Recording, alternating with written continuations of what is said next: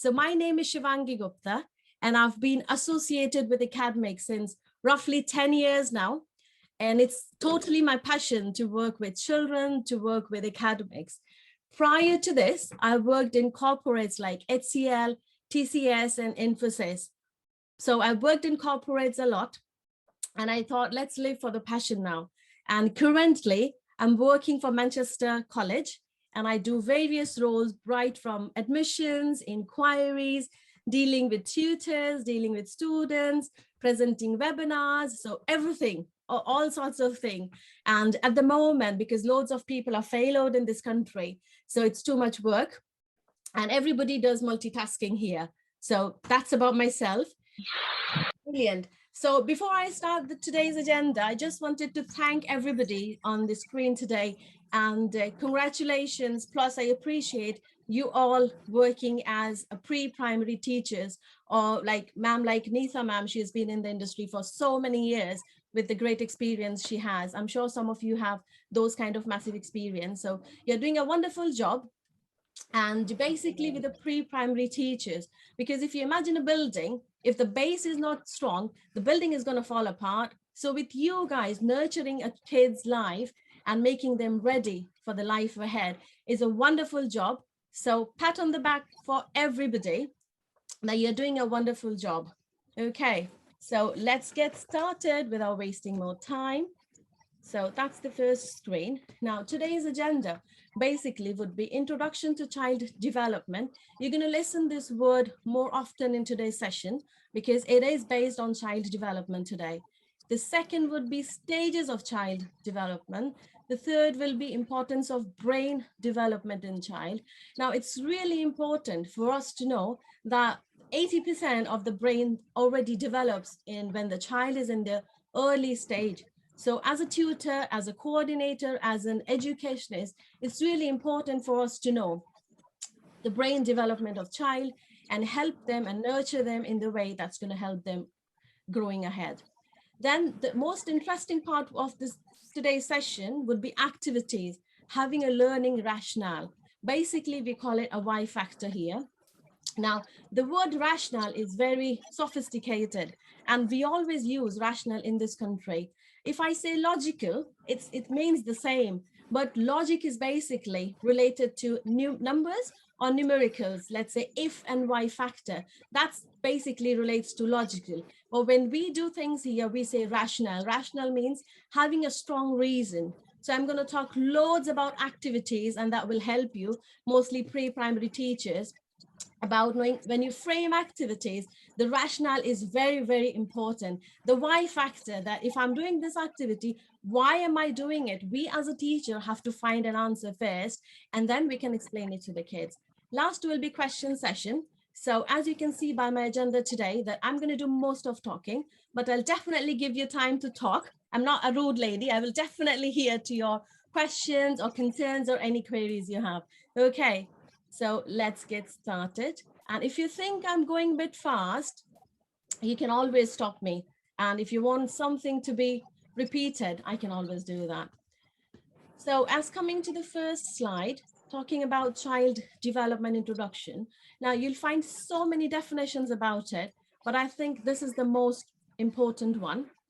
So child development involves the biological, psychological, and emotional changes that occur in human beings between birth and the conclusion of adolescence. So as you can definitely relate by the definition itself, that the child development is basically stages a child grows right from the birth to when it becomes adolescence. And then adolescence is basically a starting of the adulthood, isn't it? So child development looks at everything, their physical growth, their mental growth, their emotional growth altogether. The second bit is early child education, which is very, very important. Like I said, that early child education shapes the future of the child. So early child education, if you talk about a definition, is a branch of education theory that relates to the teaching of children from birth up to the age of 8. So that's what we call as early childhood education. I'm going to talk about the division of stages of education in England as well, just for your knowledge. but the early childhood focuses more on this age group that we're going to talk more about, which is from 3 to 8, I would say. From birth to 2 or 3 years of age, they're still a toddler. They stay in their houses and they've got caregivers or care providers, but still learning starts after the birth, I would say.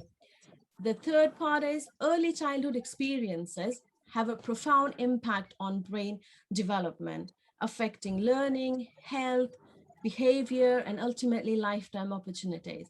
The basic example would be if a child has a very good childhood, if he's been raised in a positive environment, that child will have a positive attitude later in the life as well.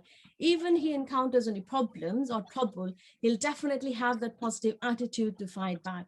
That's why we say that it's our responsibility to give a good future to the child right from the beginning. So we have to think of it in the early stages of the child. Okay, you can stop me if you brilliant. So talking about the second important thing, which is stages of child development. Some of us may already know this, but just to do a revision. So there are various stages which child development in theory has divided kids into these categories. So the first one is prenatal period. We all know what a prenatal period is. If we are mother of ourselves, we know what prenatal is. So it's the time when you conceive a baby and then it's delivered. So that's prenatal part. After the child is born, it's called infancy, from birth to 2 years of age. Early childhood is 3 to 5 years of age. And then after the early childhood, a child moves into middle and late childhood, which is 6 to 12 years of age. Adolescence is 13 to 18 years of age. And then we come across early adulthood and adulthood. So out of this picture today, we're going to mostly talk about 3 to 5 years of age because we are catering to the early childhood. Okay, going to the third one now. Sorry. So it's developmental milestones. Now, who can say what do you understand by milestones? Anyone can answer. Voluntarily, no force. Right. So milestones are basically, let's say if you've got a plan, if you've got a project you're doing, and how to judge that your project is going good, or the factors that make sure that you are on the right track, they are called milestones. So similarly, when we talk about child development a lot, how to make sure that you are on the right track and you are following the child development, there are some milestones that are set by loads of psychologists, by loads of educationists to make sure that we follow these milestones when we frame a curriculum or when we frame activities for children.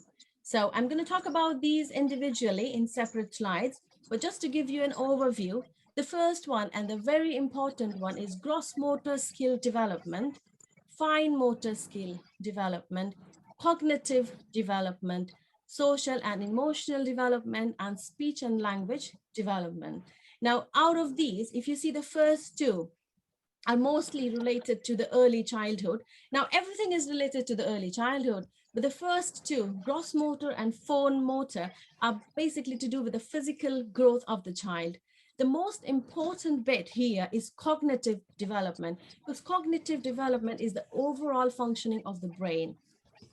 So I'm going to talk about individuals in later slides. Let's start with gross motor skill development. Now, as you can see, the theory says gross motor skills are the use of large muscles in the arms, legs, feet, and torso. These muscles are used to sit, stand, walk, run, change positions, and balance. So by the term itself, what we understand is it's basically to do with the activities physically we do with a child. So we frame so many activities for a child, isn't it? We do like clap your hands, do some star jumps, raise your finger, say hi, do hello. So these things involves gross motor development. And these things help child to grow ahead in their future. So if you imagine, if you do loads of research and if you see, if you just cage a child not doing anything after he's born, he wouldn't even learn how to walk because he has never been taught that. And the gross motor skills have not been looked after. That's why we say that activities in the pre-primary session should include loads of activity, physical activity with the children, using your hands, using your legs, using your expressions, just to make sure that we involve gross motor skill development in the curriculum. Okay, now moving to the next bit, which is fine motor skill development. Now, fine motor is more kind of an extension to the gross motor, because gross motor covers the complete physical development, whereas fine motor drills down further to the tiny bits and pieces of it. So by the definition, as you can see, fine motor skills are the use of small muscles in the fingers, wrist, toes, lips, and tongue. The muscles are used to pick up or hold object. For example, holding a spoon to eat, crayon to draw. So any of those activities you do in your classes, for example, tearing and pasting, or scribbling, or just hand printing, fingerprinting, these things help in developing fine motor skills. I was sent list Clay of modeling. yeah, clay modeling. So I'm going to talk about the activities I've been sent by Renu ma'am, and I'll elaborate on that one. So the activities that I was sent by Renu ma'am for pre-nursery and UKG, I think most of your activities, they only focus on gross motor and fine motor. So my today's session will be an eye-opener session for you guys. You'll have some brainstorming ideas to see how you can expand those activities into more of cognitive development, which I'm going to come. Obviously, all these milestones are important when we talk about gross motor, we talk about fine motor, because if kid doesn't know how to hold a crayon, or if he doesn't know how to hold a pencil, he's not going to learn how to write, and his handwriting will be shabby, will not be perfect. So obviously these are important, but I'm going to talk about overall development, which is the cognitive one. Okay, that's the main agenda. Right. Now, by the term, what do you understand by cognitive development? So cognitive development refers to skills of learning, reasoning, remembering, understanding, and problem solving. The infant progresses from knowing her world only through immediate experiences, that helps to experiment. Now you see, it's a big, broader term here: learning, reasoning, remembering, understanding, and problem solving. So this cognitive development uses maximum of the brain cells in a kid. Now I'll give you a very small and a realistic example you can relate yourself. I use loads of examples when I talk or when I tutor kids. So I'm sure many of you, when you go to your workplace, when you go to your school, in this case, you drive, either your husband drops you, either you walk to the workplace, or you go in a bus, okay? Let's imagine one fine day, if I'm driving to my workplace and I stay in maybe a big tall building, 14th floor or 15th floor. These days, India has got really high scraping buildings. And I've just come down to my parking and I see what? I have a flat tire. So if I have a flat tire now, I can't go upstairs and do anything. So I'm in a panic situation. Whereas every day I do kind of robotic work. So you all go to work, you've got a robotic timetable. You wake up at 6 o'clock, you make breakfast for your kids, tiffin for your husbands, and you dress up, you pack, and you go. It's your brain doesn't work. I mean, literally it is working, but it's nothing new to it. You're doing the same thing over and over again like a robot. That particular day, when I saw that I've got a flat tire, I can't drive straight away now, and I've got time. So my brain then starts working. I'll be thinking of ideas now. How can I go to work? I'm late. I've got a presentation, maybe. I've got a session, maybe. What am I going to do? And then I'll start thinking of ways to tackle the situation.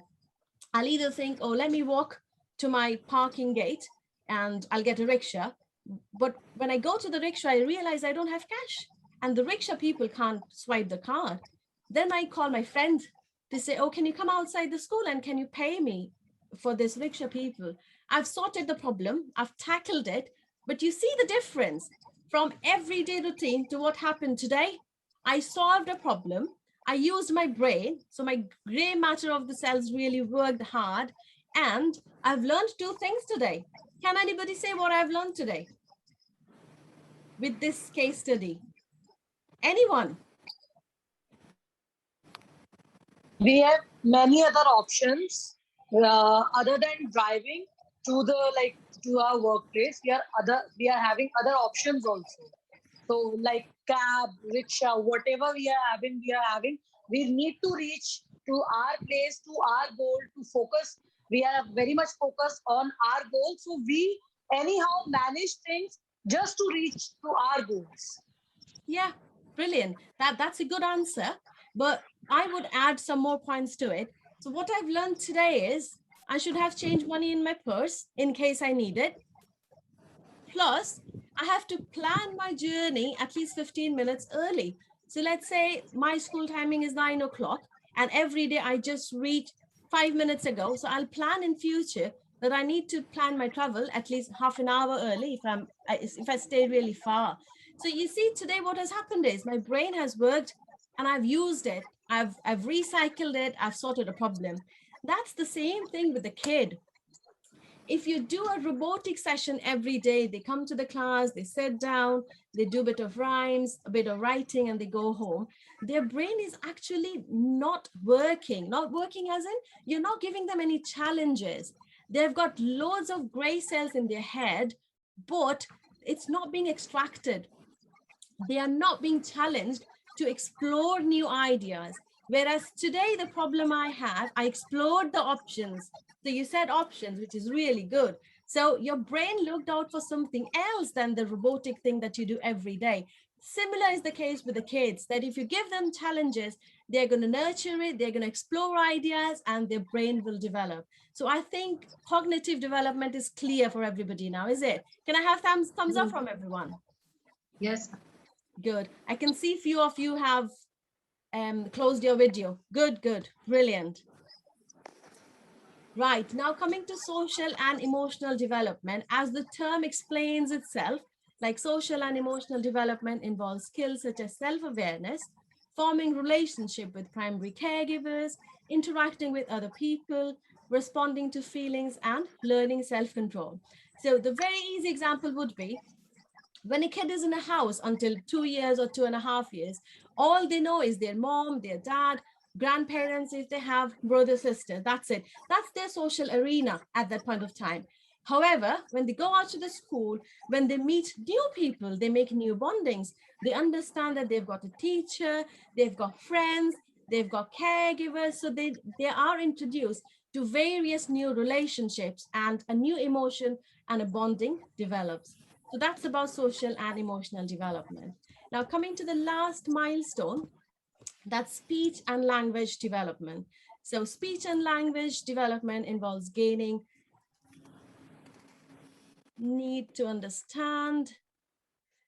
skills needed to understand and use a language. This includes spoken words as well as body language and gestures. So basically, in terms of early education, and when we talk about pre-primary kids, basically, so body language and gestures are very important because they may not understand the full sentence of what you talk, but they definitely understand the gesture. They understand that my teacher is happy today. They understand that my teacher is gloomy today. So what we suggest to the teachers, especially for pre-primary kids, that no matter what happened back home, you had a fight with your husband, you've missed your breakfast, your kids are not doing well, keep everything out of the school classroom. When you enter into the classroom, you should be presentable, bubbly, and loads of love for the kids, because kids don't understand. They only see your body language. So when you do some classes, when you do some sessions with the kid, your timetable, basically routine, you should have a happy period. Just say to the kids, hello kids, let's have a happy period. So that joy, that expression on your face, kids will understand that's happiness, and they'll understand a word saying happy. We are all happy, we are smiling. So with the pre-primary kids, sometimes they say you have to make Mickey of yourself. You have to indeed, because when maybe your family or friends look at you, oh, what is she doing? But that's your job, because that's how you're going to communicate with kids, by love, by gestures, by happiness. No gloomy faces for pre-primary teachers, not accepted at all. Okay, so I think I've made clear the development milestones. Now, the important bit here again is everything that you do with the kids relates to brain development end of the day. That's what we are focusing it. So let's see what I've got here for you. Now, brain development builds on itself as connections eventually link with each other in more complex ways. This enables the child to move, speak, and think in more complex ways. The early years are the best opportunity for a child's brain to develop the connections they need to be healthy, capable, successful adults. And according to various research, 80% of the brain development takes place by the 3 years of age. Please note, this is very, very important. From birth to age 5, a child's brain develops more than at any other time. And early brain development has a lasting impact on child's ability to learn and succeed in school and life. The quality of a child experiences in the first few years of life, positive or negative, helps us how the brain develops. So now see, after reading this slide, you can understand how important a brain development is. And these are all proved by research. The researchers, psychoanalysts have proved it, that 80% of the brain develops at the age of 3 already.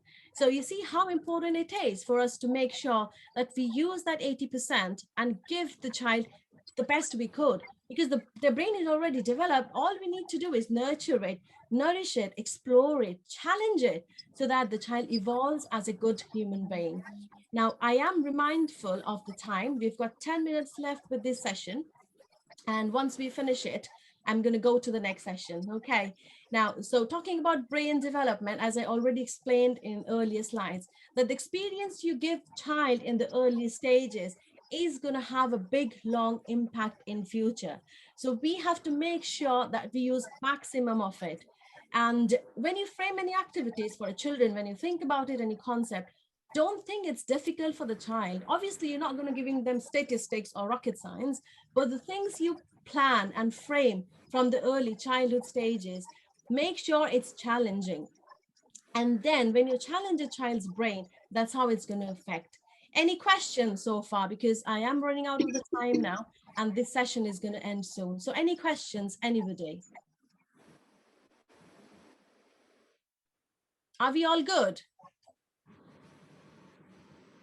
I'm just having two faces. Can I have more? Give you a brief idea about national curriculum in England. This is out of the syllabus for you, but just for you to know, because you have been speaking to me. So what we do in England here is the national curriculum is organized into blocks of years called key stages. And at the end of each key stages, the teacher formally assesses the child performance.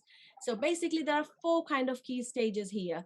Key stage 1, key stage 2, key stage 3, and key stage 4. So if you look at this chart I've got here, based on the child's age, we do a foundation session for children who are 3 to 4 years of age. That's called early years.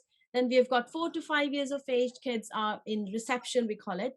So these 2 are early years, age 3 to age 5.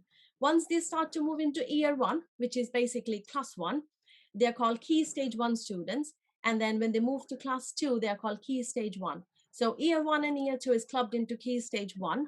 Year 3, 4, 5, and 6 are clubbed into key stage 2. And then year 7, 8, 9 is clubbed into key stage 3. And the last bit, which is key stage 4, is GCSE, or which is equivalent to 10th here in England. So that's about national curriculum.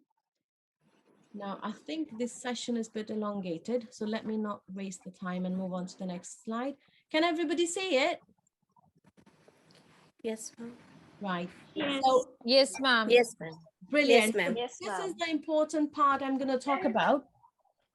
Now, like I said, the activities you guys do, like I've gone through the list of it, which I was sent, like thumb painting, nail painting, vegetable printing.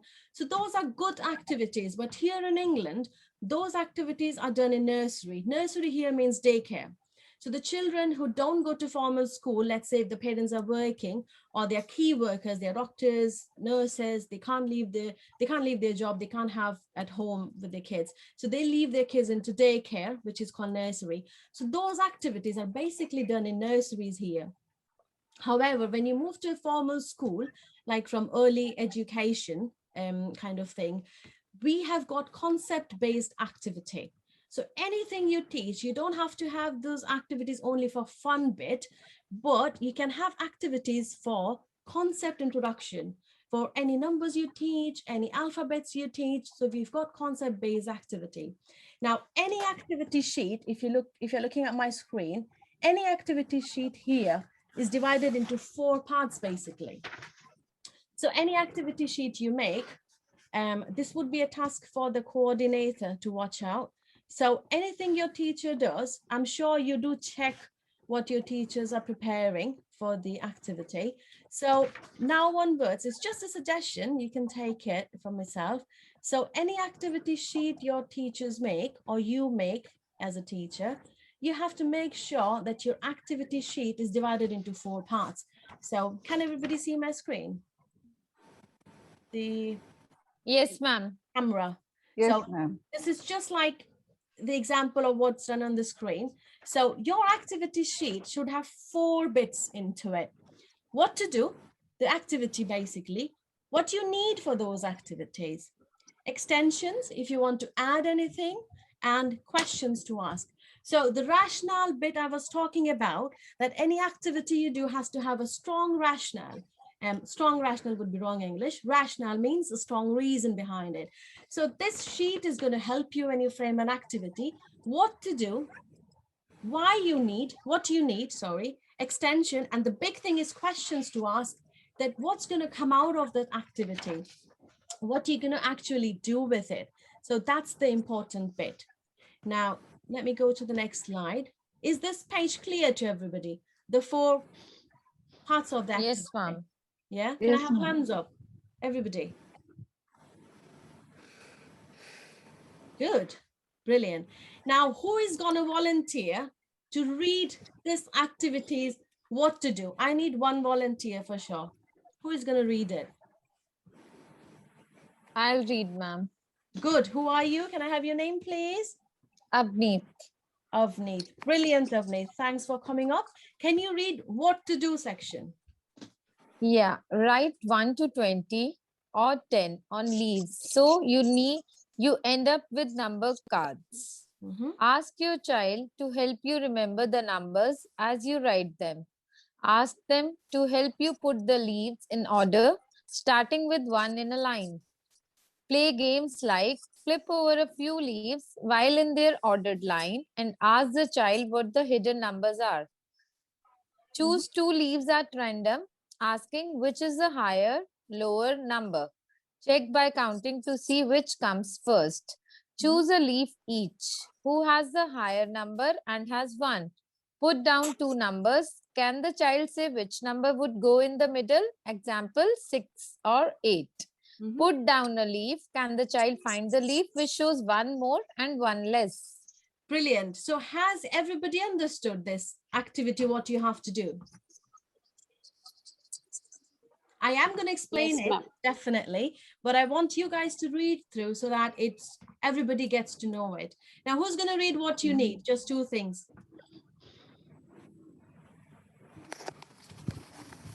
Quickly, who's going to read what you need?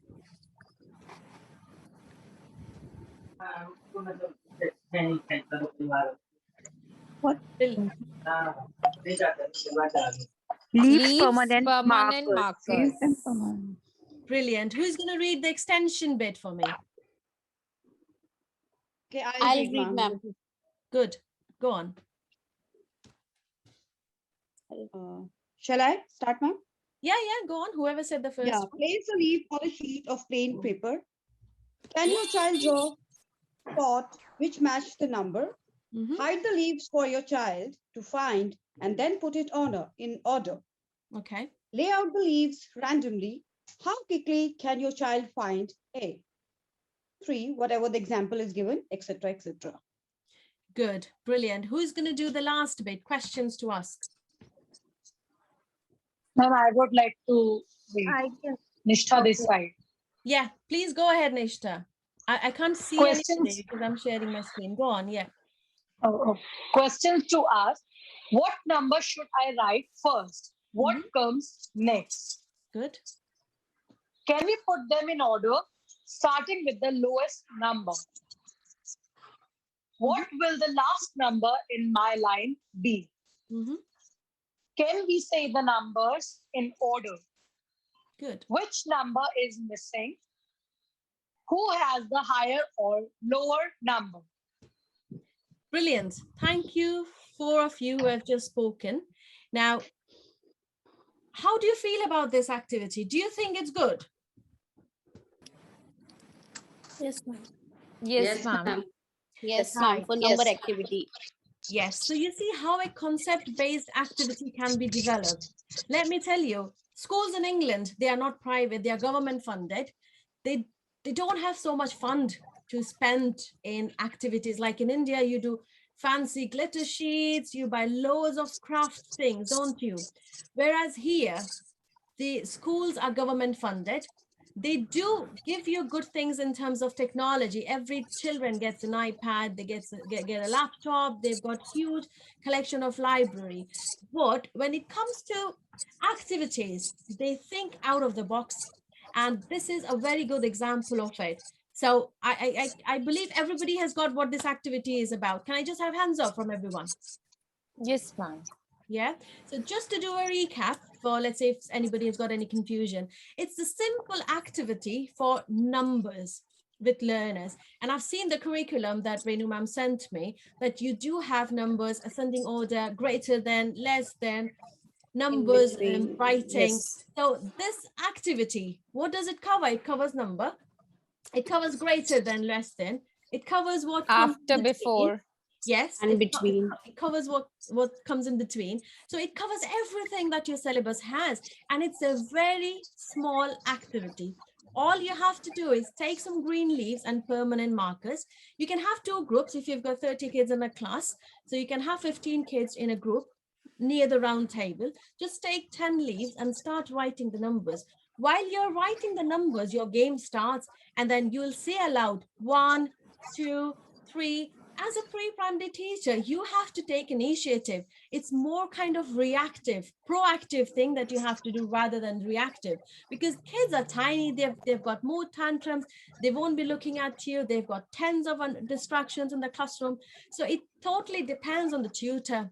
That's why I said you're doing a brilliant job. So you have to pull the attraction of the children, and you have to do, you can have modulation in your voices, and your activity has to be really engaging. So you've got leaves on the table just to distract kids. You could have done it on a board, on a whiteboard, but that would be a bit of boring thing for a child. So you've got leaves, so kids would be looking at around the table that, oh, what my tutor is doing today. And while you're writing it, let's say 1 to 10 for small kids, so you can say 1, 2, 3, 4, and so on. You've got 10 leaves in a line, and then you can play games like you flip few leaves, just turn it around, and then you ask the kid, which is the missing number? And then they're going to see, because it's in a row, they would say 3, 4, 5, and you'll see how engaging the kids will be. Then you can just pick 2 leaves at random, and you can say, let's say you've got 2, you've got 5, and then you can say, which one is higher? And then if everybody gets a leaf, and then you say, I've got 1, I've got 3, whoever got the number 10 will be the winner. So you can do these kinds of activities, and you can add extensions to it. So this extension is important as well. So when you have done that activity, all you have to do is you can have like a matching thing. You can write numbers on it. So let's say you write 4, you write 2, and then you can match it with the leaf you've got. I'm not sure whether you can see this sheet. So you can have a matching thing. You can just 4, 2, 1, and the kid can match it with that leaf and stick it, and they can take it home. So that would be like an activity there now. Plus, you can draw a spot which matches the number I've covered. Hide the leaves for your child to find them and put it in order. So you can just mix them up, jumble them up, and they can find it and they can put them in order. Lay the leaves randomly. How quickly can your child find the 3, 7, 9? So that they're using their brain, they're doing activity, and they're happy because they think it's a game, but actually they're learning it. Now, you may say, ma'am, they're not going to learn in one session. True. They may not learn in one session, and it is such an easy exercise activity. You can repeat this activity. Let's say you've done something in week 1. You can do that again in week 3.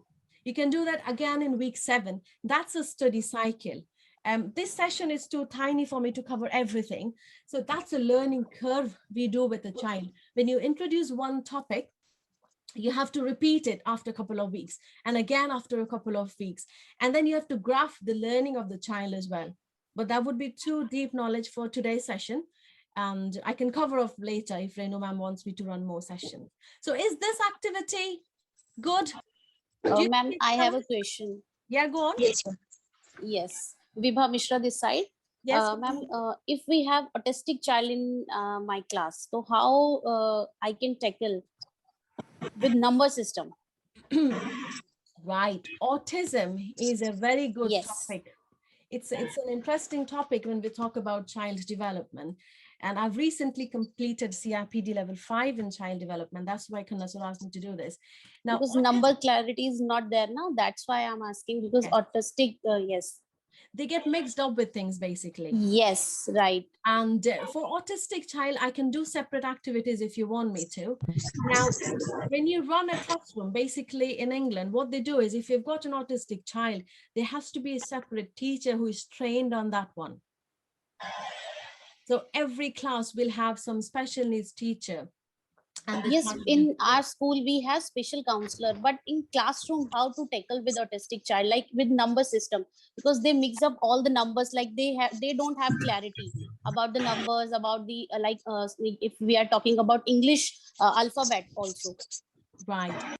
So for alphabet, I'm going to do another activity and I'll show you. That may help you, that may link you to your questions. Aarti, you did ask about activities. Do you think this activity has answered your question?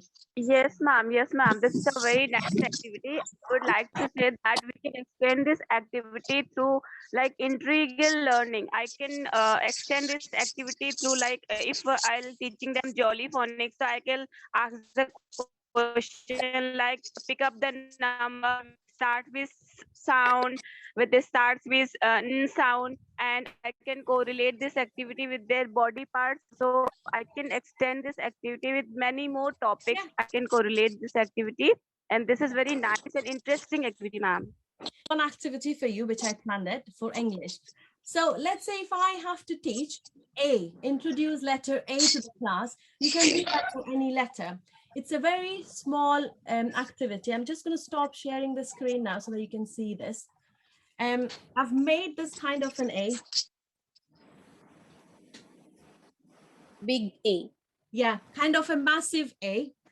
Just ignore my art. I'm not very good at it. I can give you good ideas, but I'm not very good at making art and craft. So this is kind of an A. And if the average height of your child is, let's say, couple of, you can make sure that this A you make is massive and it's equivalent to height of the child. Okay, so what I'm going to do is, if it's a fine morning and I've got 30 kids in the class, as they come in, now you might have noticed when we started this session, I took individual names and I said hello, didn't I? If I Yes. missed anyone, I'm sorry, but that's individual attention you need to give. Don't forget, the kids are attention seekers all the time. No matter it's your kids, it's school's kids, they love attention.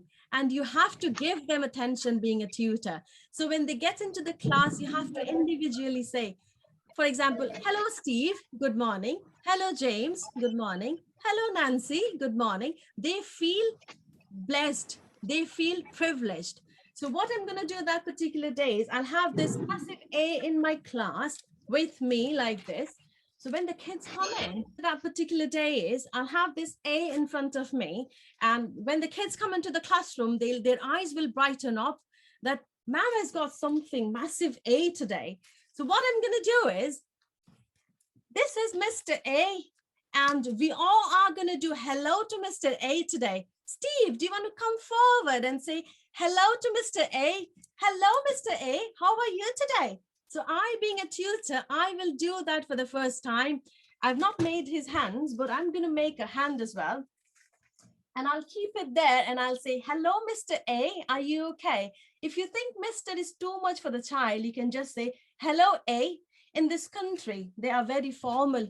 It's different to Americans than British. Brits are basically very formal. So if we are not friends, they would always say, Mrs. Gupta. They would never take my name.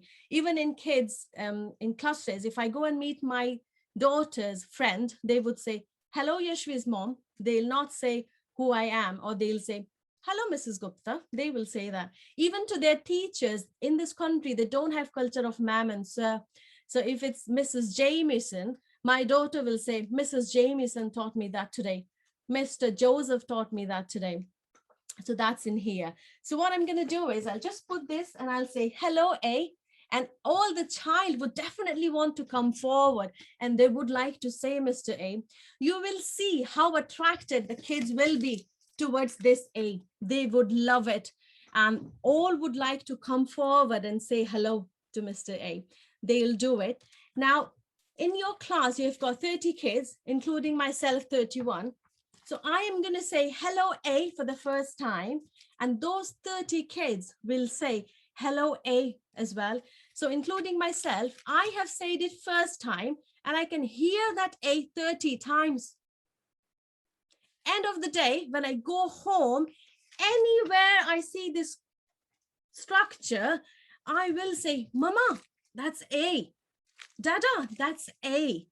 So you see, that's the kind of strong impression this A has made to the child. No matter 10 billion times you write it on the board and say, this is A, this is A, this is the A, just do this one day and see how it works. This will be magic. And again, like I said, any activity you do, repeat it. There has to be a cycle. Do one activity one day, repeat it in week 3, repeat it in week 6, and plot the graph of your child and see how the child has reacted. If you've got sections in your class, let's say you've got A, B, C, D, not necessarily you have to introduce A first. As you can see, there are ways of teaching. I'll come to Jolly Phonics later if ma'am wants me to take more sessions on it, because that's a massive session to talk about. So any section can make it. You can make P, section A can make A, and then you can shift it in your classrooms. And then you'll see this will work as magic. So Vibha, does this help? Does this Mr. Okay, A ma'am. help? It does. Okay. Yeah. How about the coordinator of Ma'am, Nishtha, this side, I have a question. Go on, yeah. You introduce this A thing, right? But there are so many, like 26 alphabets, and there are so many numbers.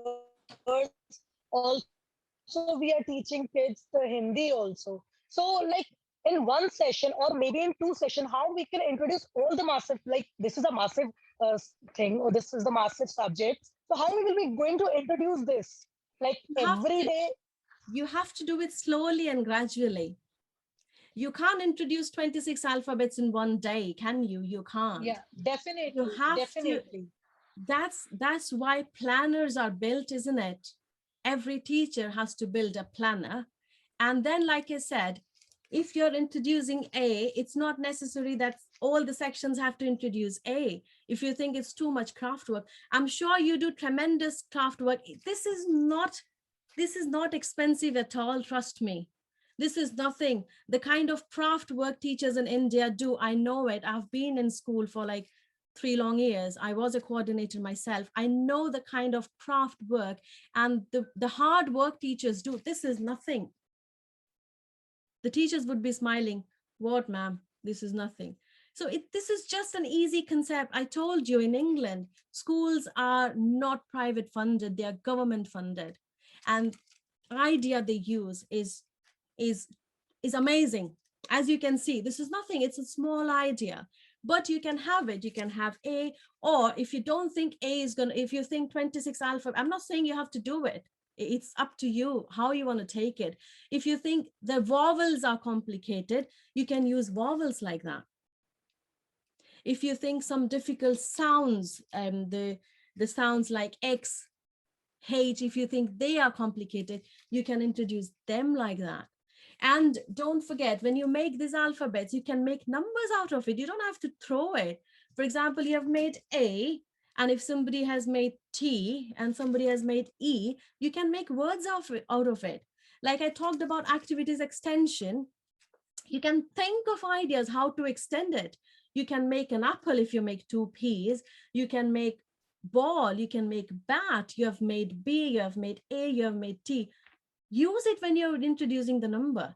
And once you have introduced all these alphabets, you can display them in your classroom and you say, let's have an alphabet family. This is alphabet family. I'm sure you do alphabet songs, don't you? And you can spread it around the classroom so everybody sees it. And you can say, which is P? Everybody will say, that's Mr. P. Where is Mr. T? That's Mr. T. So these games can be extended. This is just a brainstorming session I'm giving you. It's a very small example. But again, that activity sheet has to have 4 particulars in it, extensions, ask questions. When you introduce A, you can introduce the jolly phonic sounds, a. You can introduce A for apple. You can introduce so many things with it. This is just an idea. Okay.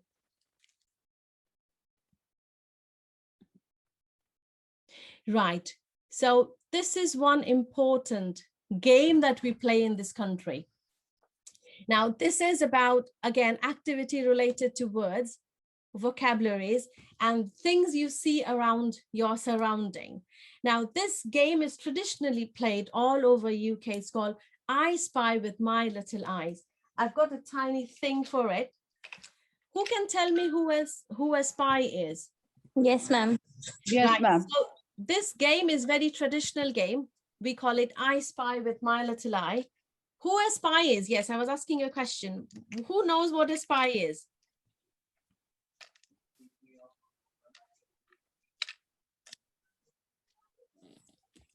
Anybody?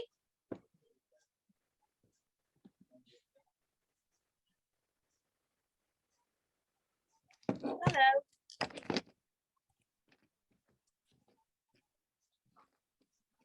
I'm a person who is looking for something. Okay, that's a good answer.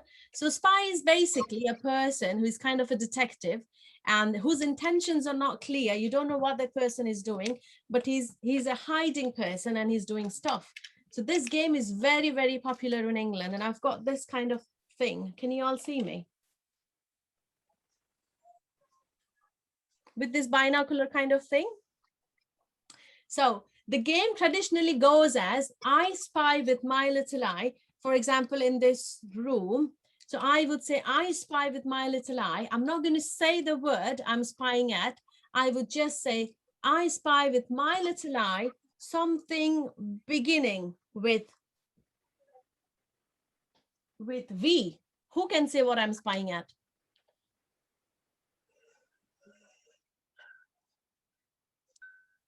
Was. Yes, there's a was there. So I am talking about that was. This game helps a lot in understanding your surrounding, plus vocabulary building. So you can do this with the kids. You can say, I spy with my little eye something beginning with B. Let's say you're talking about a classroom scenario, something beginning with B, that can be a blackboard, something beginning with T, that can be a table, something beginning with C, that can be a crayon. So I've just tweeted that game a bit here to give you more extension about alphabets and numbers. So again, I would just need a volunteer who would read out what to do, the first section of this activity. Anyone, random.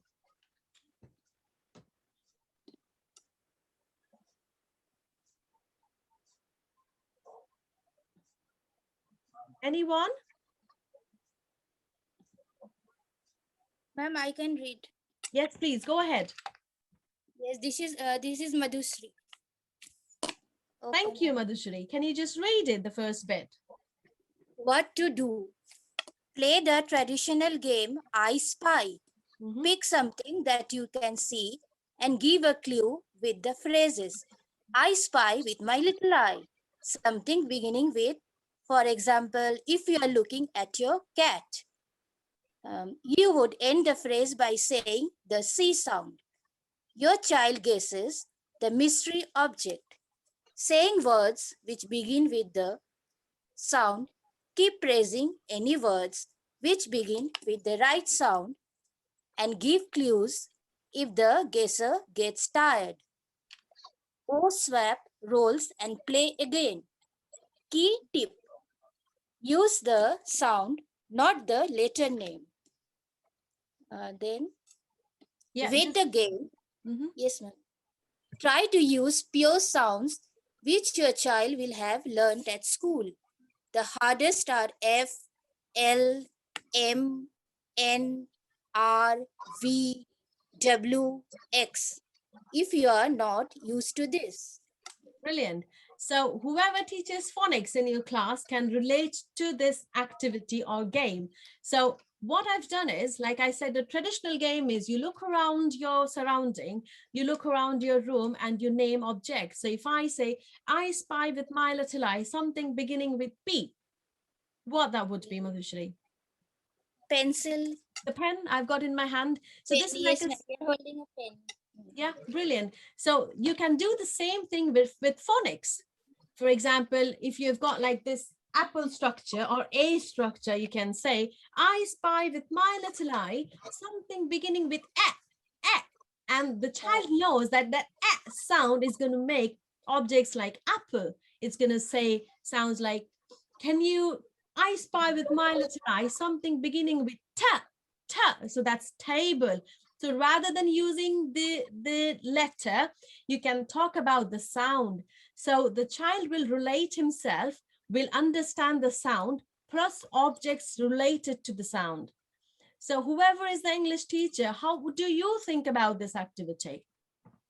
Do you think it's good? Yes, ma'am. Yeah. So Madhushri, can you continue and talk about the extensions and questions to ask as well? Yes, ma'am. Please. The next one is what you need. So this is just a book, just a picture. You can use anything. You can pick it from a book. You can look at your classroom. You can look at outside the window. If the kids are in the playground, you can look around the things that's in the playground. Yes, ma'am. So I'm reading the next one. Extension. Move the game around in different rooms by the window on your works. Use a page from a book for a new setting or use imagination. Example, what would you see under the sea in a witch cottage, etc. Yeah, so you can have extensions to this activity to explore the imagination of a child. You can see, imagine you are under the sea. So something beginning with ka. What do you see under the sea with ka? Corals. Something beginning with f. What do you see? Fishes. So you can have situations, witch's cottage. So imagine we are in a witch's cottage, something beginning with but what do you find in a witch's cottage with B? Broom or hat. What do you see? A hat. So this is going to explore the imagination as well of a child. The kid will imagine himself being in a playground and the things he can see, and then explore the words you have with those vowels, with those sounds and phonics. Questions to ask, anybody, please?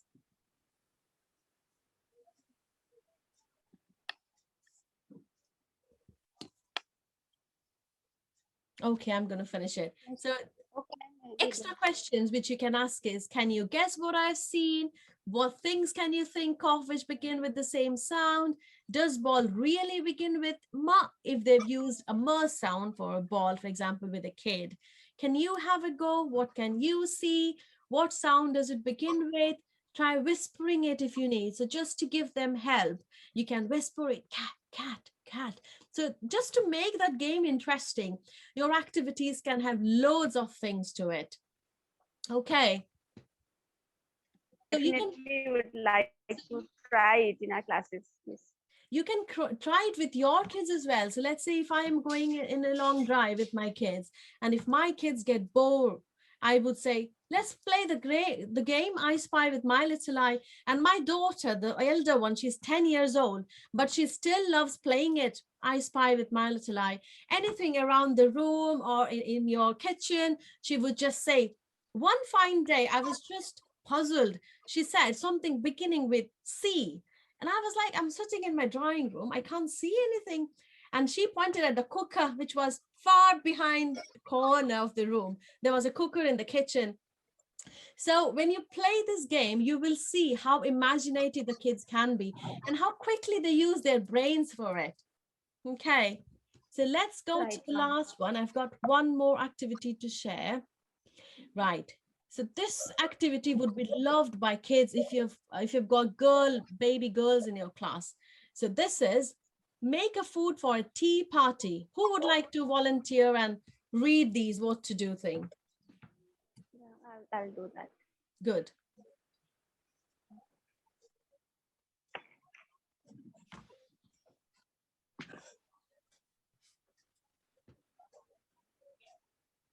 Are you reading? Okay, I'll read, ma'am. Yeah, go on. Set up the activity. Pick a guest to make a tea party for. This could be a household member, toy, or fictional character. Example, the tiger who came to tea. Talk about the type of food which would be good to serve them with and how you might shape it. While your child makes biscuits, cakes, sausages, rolls, pizza, etc. Chat about what they are making. Encourage different techniques such as rolling, pressing, cutters, pinching, and scoring. Oh, arrange the food on nice plates and welcome your guests. So this activity seems so fun-based, isn't it? So you have to just pretend in your class that class today we are going to have a tea party. And for example, Nancy, your favorite character is Peppa Pig. Let's imagine Peppa is coming to the party, and you'll talk about different type of food. What are you going to make for the party? Are you going to make some sausages? Are you going to make biscuits? Are you going to make pizzas and stuff like that? What you would need is a Play-Doh. You would need shapers and some kind of play things that you have got, like a kitchen set kind of thing. This activity is more about fine motor and gross motor. Plus, this activity will teach you about shapes. So what to do, what you need, an extension would be count the different items. So what have you made? Have you made pizza? Have you made sausages? Have you made sandwiches? So how many things? 1, 2, 3. We have made 5 food items for the party. We've got 1 drink for the party. The second extension would be challenge your child to cater for contrasting guests, a rabbit and a human. So you can have your children say, what are you going to give it to rabbit? Rabbit likes carrot, so let's make a carrot. And what are you going to give to a human? Human can eat carrots as well, but you can make a carrot sandwich. So your child in your class will explore his or her brain, will think about it, will come up with loads of ideas. Hold your tea party. You could even have a virtual one using Skype or similar with distant friends or relatives. So they can also do it at their home these days. Obviously, with the lockdown, we've got loads of virtual parties going on, isn't it? So you can have these extensions. Who's going to read the 4th bit? Questions to ask.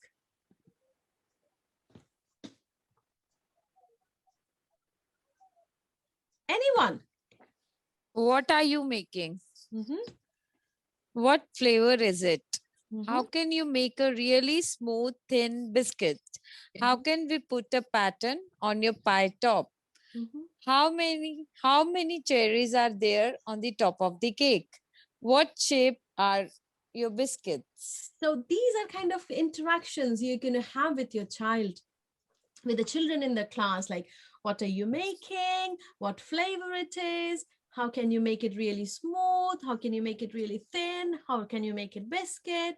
And how can you put a pattern? How many cherries are there? What shape are these biscuits? So you see, this activity would basically be kind of an opener activity. Let's say now, I think beginning of April, you've got new kids coming to your classes, don't you? So this activity will help you familiarizing yourself with the new child, because when a child comes to the new class, they would cry. Some of them would cry. Someone would just say that I want to go home. But this activity can build a relationship between teacher and the child, because all the child would love to play with dough, and they absolutely love, no matter how big they are. So this kind of activity will help build a relationship, like an introduction session. The children will stop crying. Plus, later on, when you repeat this activity,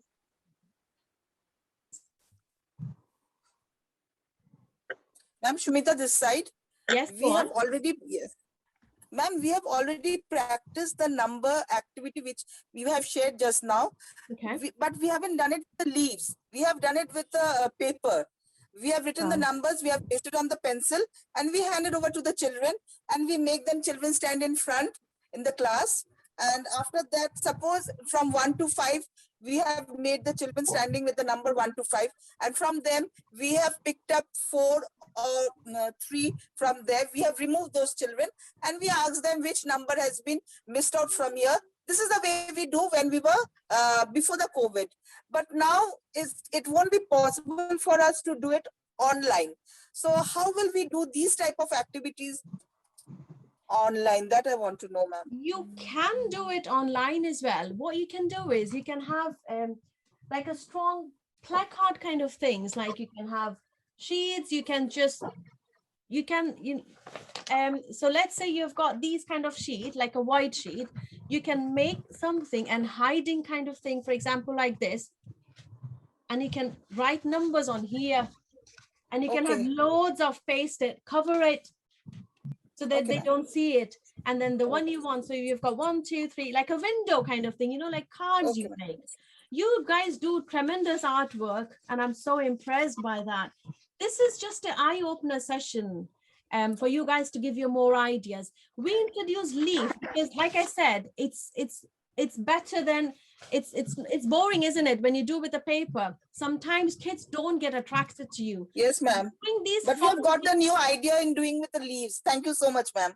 Yeah, so these ideas it's really attractive. Yeah, like I said, thank you. Like I said, kids are very self-centered and they seek attention, which is a good thing. They want themselves to be loved and looked at all the time. So you do any kind of funky things to get their attraction. Like I use this one. It makes me look funny, but kids would look at you. I spy with my little eye class. I can see you there hiding. So these things attracts attention, and anything you do with the kids to catch their attraction is your job being a pre-primary teacher, isn't it? So let me see what I've got. Yeah, I've come to the end of the session. What I'm going to do now is I'll just share some tricks and tips. Now, I was talking about your activities. So like I said, most of those activities focused on gross motor and fine motor.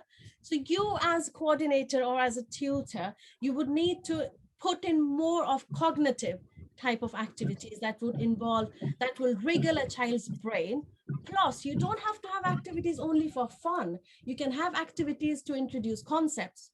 That's the main idea of learning in England. They do fun-based activity. They do crown making, card making, these things, but those can be spare things. You know, if I've not planned anything for today, oh, let's do leaf painting. I've not planned anything. But when you introduce a concept, you can have loads and loads of activity, trust me. So plus, what I wanted to show you is, I'm not sure whether you do library for pre-primary kids. We do that in England. You can have books like this. These are hard cardboard books like these.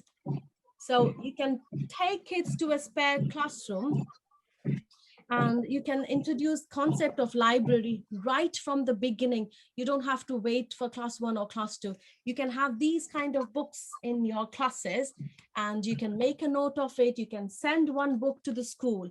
Why we do this here is, in England, parents start reading stories even when wife is pregnant. That's funny, but they do it. They read it to the child. What they believe is reading a language or learning a language, for example, English, is not that difficult. The only thing you have to do is practice, practice, and practice. So reading a book should be an everyday routine for a child. So send them these books to the parent and tell them you have to do 5 minutes bedtime reading, mandatory for all the kids. They have to read before bedtime, at least 5 minutes. What that's going to do is that's going to build confidence in kids. Plus, research says that kids start reading quicker than writing. So if you introduce reading at a very early stage, the benefits are kids would learn the letter recognition. For example, if you introduce in UKG, if you introduce this pattern of reading, no matter they don't understand, they don't have to read full sentences. Their parents are going to read it. But when they read, they will pinpoint fingers at it. For example, if I read all, can you see it? If I read this every day to my child and I put my fingers and I say singing all together. So if I read this every day for a week, end of the week, after 7 days, child will know that these letters together, they mean all. Trusted, this has been proved by a research. And no matter they will struggle writing it, but they'll pick these kind of tricky words, for example, and, the, all. So these kind of words they will pick. So introducing reading sessions with the kids is very important. Plus, having a session in the class as well. When you do story time, you read books with them, and a habit of putting fingers while you're reading helps them a lot. Now, the other activities I was looking at on your activity sheet was storytelling or poem recitation.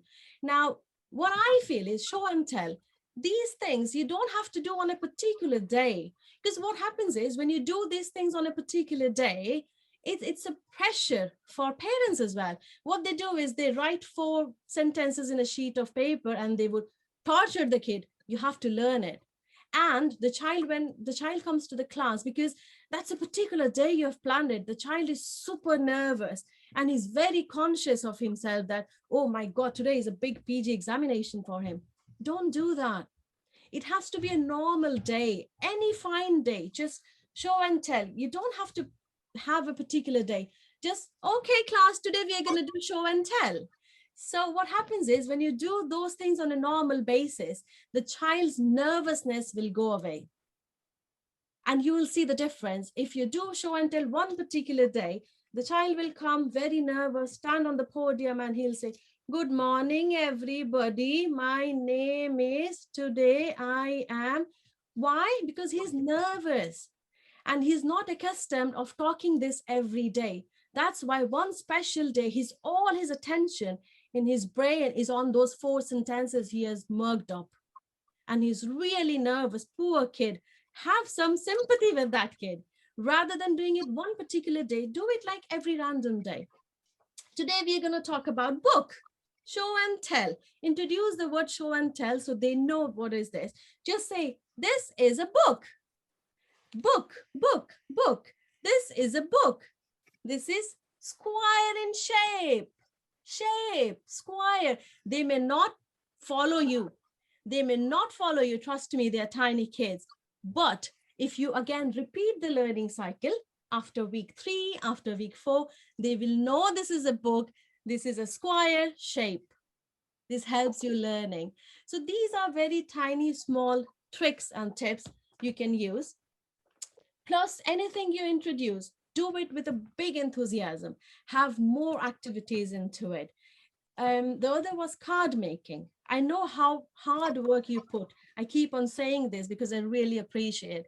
You have got fancy activities. You do Mother's Day card making. You ask your children to put picture of your mom with the child. You use ice cream sticks. You made all kinds of fancy things, don't you?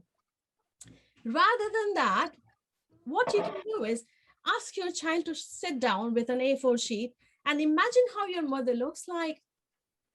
You will be surprised when you see imagination of your child. Somebody will say, my mom is a fairy. My mom is a nice, good chef. My mom is a magician. And you have no idea what they can draw in that piece of paper. And the mothers will love it. Trust me, they will love it. Anything your child does on his own is what a mother would love to see, rather than a teacher sticking fancy glittery thing, gluing something, doing a hard work. You don't need it. Save yourselves as well and have more imaginations coming up. The other thing I wanted to talk about is in summer holidays, you give them big projects, don't you? Do you really think kids do that? Do you really think kids do that? No, they don't. It's the mothers doing it. poor woman taking care of all the household works and then doing kids project. And if that woman is a working one, trust me, she wouldn't like you all at all. Rather than giving them a massive project, what you can do is that's going to help you as well. So let's say next month or after summer, if you've planned tricky words for nursery kids, what you can do is for homework, rather than giving some fancy project work that goes into the bin later, and then the parents would complain, why didn't you display my one? Why didn't you award my child? These things happen a lot in India. And what you can do is just a suggestion, it's rest up to you. You can have a sheet and you can make a note of those tricky words that you're going to teach them later on. Like the, their, his, her, own. You can make a list of those words and you can say, read aloud. Then you can say, write. Then you can say, hide it and now write. So you can do that once in the class. For example, you've made a list of ands. You will say, read aloud and the, their, his, her. Then write it with looking at it, write it in the next column. The fourth column would be hide it and write it. This activity will help them with recognition. Plus, they will learn these words and they can do it one sheet every day. So this was a small example of activities you can do, some tricks and tips I had to share. Now, with this, I've come to the end of the session. Any one of you, if you've got any questions, if you don't have questions right now, you can all put in a sheet. You can email it to Renu ma'am and she can email me later. If you all liked my session, and if you want me to talk more about it, you can let her know as well. And I can plan another session in any topic about phonics, about numbers, because child development and child curriculum is massive. It cannot be covered in one session in an hour or an hour and a half. So please let me know if you've got any feedback for myself as well. And if anything has troubled you, I'm really sorry about it. It's just that sometimes I don't like people not giving me 100% attention when I've put in so much effort. So any questions you've got, anyone?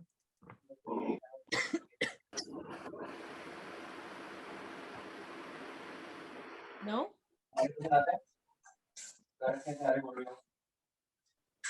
Right, so if you don't have any questions, let me end it here. Wish you a very happy Easter on Monday and have a great weekend. You've got Sunday tomorrow, isn't it? So good weekend, good afternoon, and stay safe, stay healthy. Hopefully I'll see you again. Okay, and I'm sure you've learned something from this session today. So thank you all for listening to me. Thank you so much, ma'am. Thank you. Thank you. Thank Bye. you. It was really a nice session, ma'am. Thank you so much. Thanks a lot. Thank Bye-bye. you, Take ma'am. care. Bye, ma'am.